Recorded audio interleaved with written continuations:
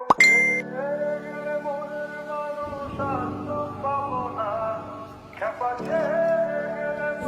করো? বন্ধুদের সাথে তোমার না ভুলে আসলাম, আফিসকের সাথে আড্ডা দিব। বলছো তো কি হয়েছে? জিজ্ঞেস করলে ক্ষতি আছে? না, ক্ষতি থাকবে কেন? হোয়াট এভার বলো।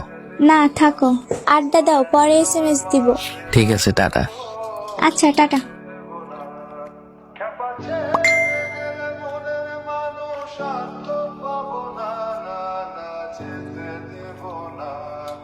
ওই দুপুরে খাইছিলা? আমি জিজ্ঞেস করতে ভুলে গেছিলাম। হ্যাঁ, খেয়ে তারপর 5 মিনিট রেস্ট করে তারপর আসছি ওগো কাছে। তুমি খাইছো? হ্যাঁ খাইছি। শরীর ভালো আছে তোমার? হ্যাঁ আছে, আলহামদুলিল্লাহ। তুমি সুস্থ তো? হ্যাঁ। আচ্ছা বাই, তোমারে বিরক্ত করি? কাজই বিরক্ত করার, কি আর করবা। বলছো তোমারে। যাই হোক, বাই। ওকে।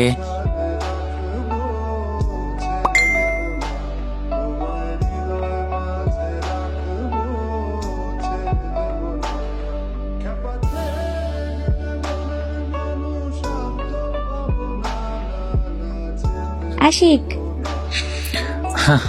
আর কি বলা বাকি? না তেমন কিছু না, শোনো, বাহিরে উল্টাপাল্টা কিছু খেও না, আর বাসায় সাবধানে আসবে। কোনো মেয়ের দিকে তো ভুলেও তাকাবা না। যদি শুনছি তাহলে তো জানোই কি করব। আচ্ছা, কোনো মেয়ের দিকে তাকাবো না। হ্যাঁ, মাথায় যেন থাকে। আর শোনো, সাথে টাকা আছে? বন্ধুদের সাথে যে ঘুরো, টাকা খরচ হইব না? সাথে আছে কিছু, সমস্যা নাই, চিন্তা করতে হবে না ওইটা নিয়ে। আচ্ছা, তোমার বিকাশে 500 টাকা দিই, তুলে নিও।